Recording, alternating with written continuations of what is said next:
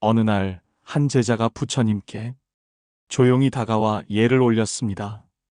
그리고 깊은 고민에 찬 눈빛으로 부처님께 여쭈었습니다. 스승님, 저는 요즘 제 자식이 너무 걱정됩니다. 아이의 성격이 점점 거칠어지고 화도 많아지고 어릴 적의 순수함이 사라지는 듯합니다. 혹시 제가 지은 업이 아이에게 전해지고 있는 것입니까? 부처님께서는 조용히 고개를 끄덕이며 말씀하셨습니다. 그대여, 그 걱정은 어쩌면 이미 답을 알고 있기에 드는 것일지도 모른다. 사람은 자신이 짓는 업을 통해 삶의 향방을 정하거니와 그 업은 단지 자신의 삶에서 그치지 않느니라. 제자는 숨을 멈춘 채 다시 물었습니다. 그렇다면 제가 살아오며 짓고 쌓은 업이 정말로 제 아이에게까지 이어질 수 있다는 말씀입니까? 부처님께서는 부드러운 음성으로 대답하셨습니다. 그렇다. 업은 단지 한 사람의 마음과 삶에서 끝나지 않느니라. 그것은 말과 행동으로 가족에게 전해지고 습관과 감정, 무의식으로 자식에게 스며든다. 제자의 얼굴엔 놀람과 슬픔이 교차했습니다. 스승님, 저는 자식을 사랑한다고 생각했습니다. 하지만 제가 참지 못한 말, 내뱉은 분노, 그 모든 것이 업이 되어 전해지고 있었다니 어찌하면 좋겠습니까? 부처님은 제자의 손등 위에 자신의 손을 얹으며 말씀하셨습니다. 그대의 그 슬픔이 바로 자비의 씨앗이다. 그대가 깨달은 지금 이 순간부터 다시 짓지 않는 것, 그것이 수행의 시작이니라. 제자는 떨리는 목소리로 다시 물었습니다. 하지만 스승님, 저도 모르게 반복되는 습관, 저절로 올라오는 감정들, 그 모든 악업을 어떻게 끊을 수 있겠습니까? 부처님께서는 빙긋이 미소 지으시며 말씀하셨습니다. 그대는 돌을 깨뜨리는 방울이 마지막 한 방울을 아는가? 눈에는 마지막 한 방울이 돌을 깬 것처럼 보이지만 그 전에 쌓인 수많은 방울들이 그 돌을 약하게 만든 것이니라.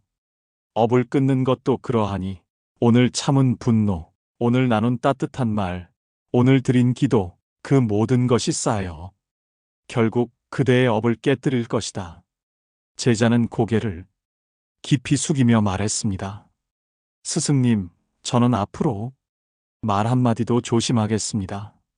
제 아이가 저로 인해 상처 받지 않도록 저의 업이 고요히 사라질 수 있도록 매일 참회하며 살겠습니다. 부처님은 엄숙한 눈빛으로 말씀하셨습니다. 말은 업을 짓는 씨앗이니라. 특히 부부 사이, 부모 자식 사이의 말은 생의 흐름을 바꾸는 인연의 열쇠가 되느니라. 그리고 이어 말씀하셨습니다. 그대가 자식에게 하는 말은 그대가 지은 업의 울림이요. 또한 그대가 짓는 공덕의 시작이기도 하다. 그날 저녁 제자는 조용히 기도했습니다.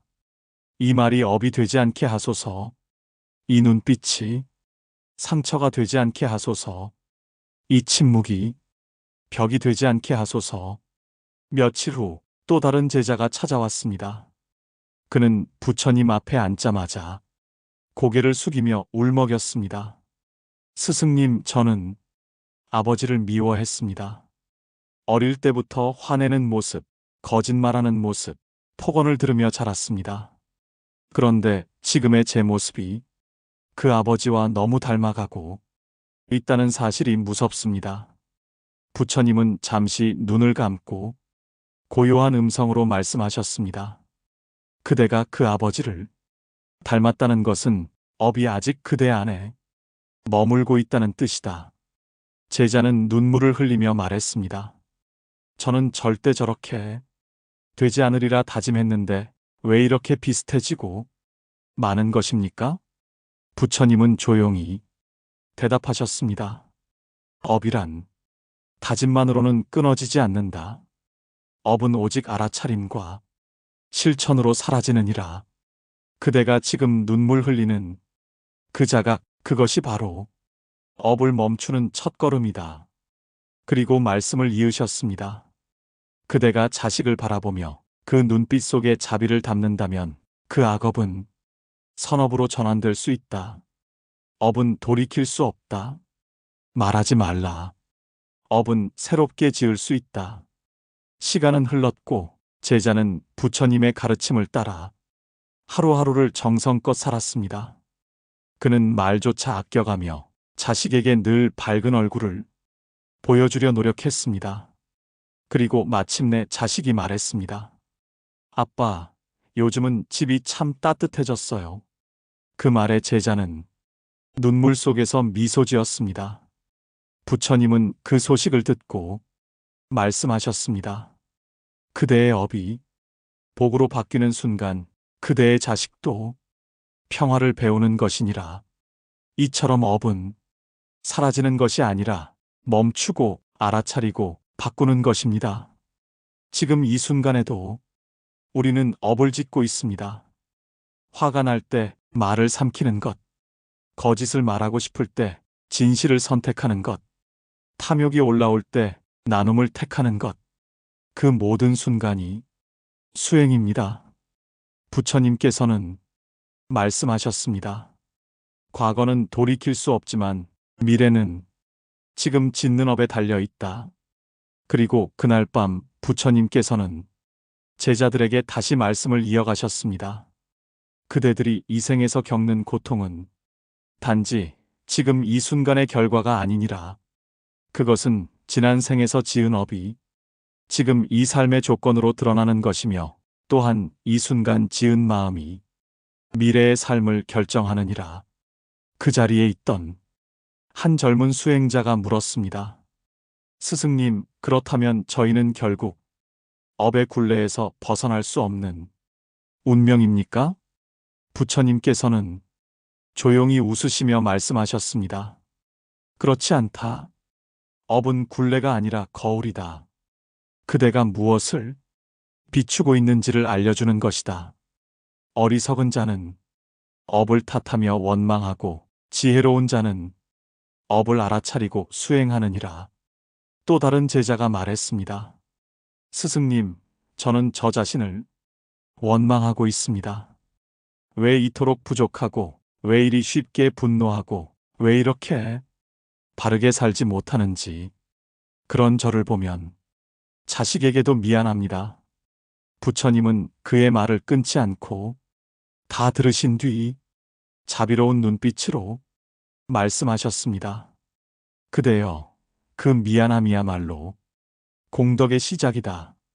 진정한 수행자는 자신의 어리석음을 부끄러워하지 않고 그 어리석음을 돌아보는 데에서 수행을 시작하느니라.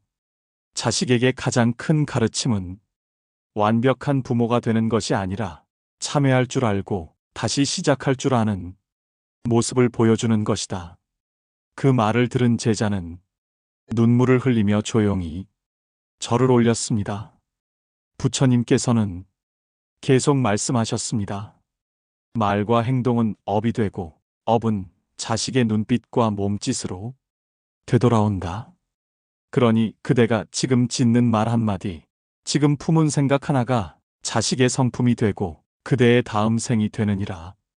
잠시 침묵이 흐르고 부처님은 다시 입을 여셨습니다. 그대들이 이 고통 많은 세상에서 자비를 잃지 않으려 노력하고 진실을 붙들려 애쓰며 작은 선행을 실천하려는 그 마음, 그것이야말로 이 세상을 구하는 불빛이니라. 자식을 위한다면 그들의 앞날을 걱정하는 대신 지금 이 순간 자신의 마음을 닦는 데 집중하라. 그대의 맑은 마음이 그대를 통해 자식에게 전해질 것이다. 그 말에 제자들은 고개를 끄덕이며 자신의 마음을 다시 돌아보았습니다. 그날 밤 수많은 등불이 기원정사의 마당을 환히 밝혔습니다. 제자들은 모두 묵묵히 앉아 자신이 지은 말과 행동, 그리고 침묵 속의 업을 돌아보며 하나 둘 기도하기 시작했습니다. 이 업이 자식에게 복으로 닿게 하소서. 이 업이 후회 아닌 공덕으로 남게 하소서. 이 마음이 연민과 자비로 변하게 하소서. 그들의 기도는 바람없이 고요히 흘렀고 부처님은 하늘을 바라보며 속삭이셨습니다. 지금 이 순간 자식을 위한 가장 큰 기도는 그대 자신을 위한 참회이니라. 그 참회는 고통의 씨앗을 거두고 복의 인연을 심게 되리라. 이처럼 업은 무섭지만 그보다 더 큰 것은 지금 이 순간의 마음입니다. 그 마음 하나가 업을 바꾸고 인연을 바꾸고 다음 세대를 바꾸게 됩니다. 그러니 오늘 하루 그대는 마음을 닫고 말을 조심하고 자비로 하루를 마무리하십시오. 그 하루가 쌓여 그대와 자식 모두의 내일이 빛으로 피어날 것입니다. 지금 이 순간 그대의 말과 행동과 마음이 미래를 바꾸는 첫 걸음입니다. 그러니 오늘 하루 한마디 말, 하나의 생각, 하나의 표정을 공덕으로 채워가십시오. 그것이 자식에게 남길 수 있는 가장 위대한 유산입니다. 성불하십시오. 나무아미타불 관세음보살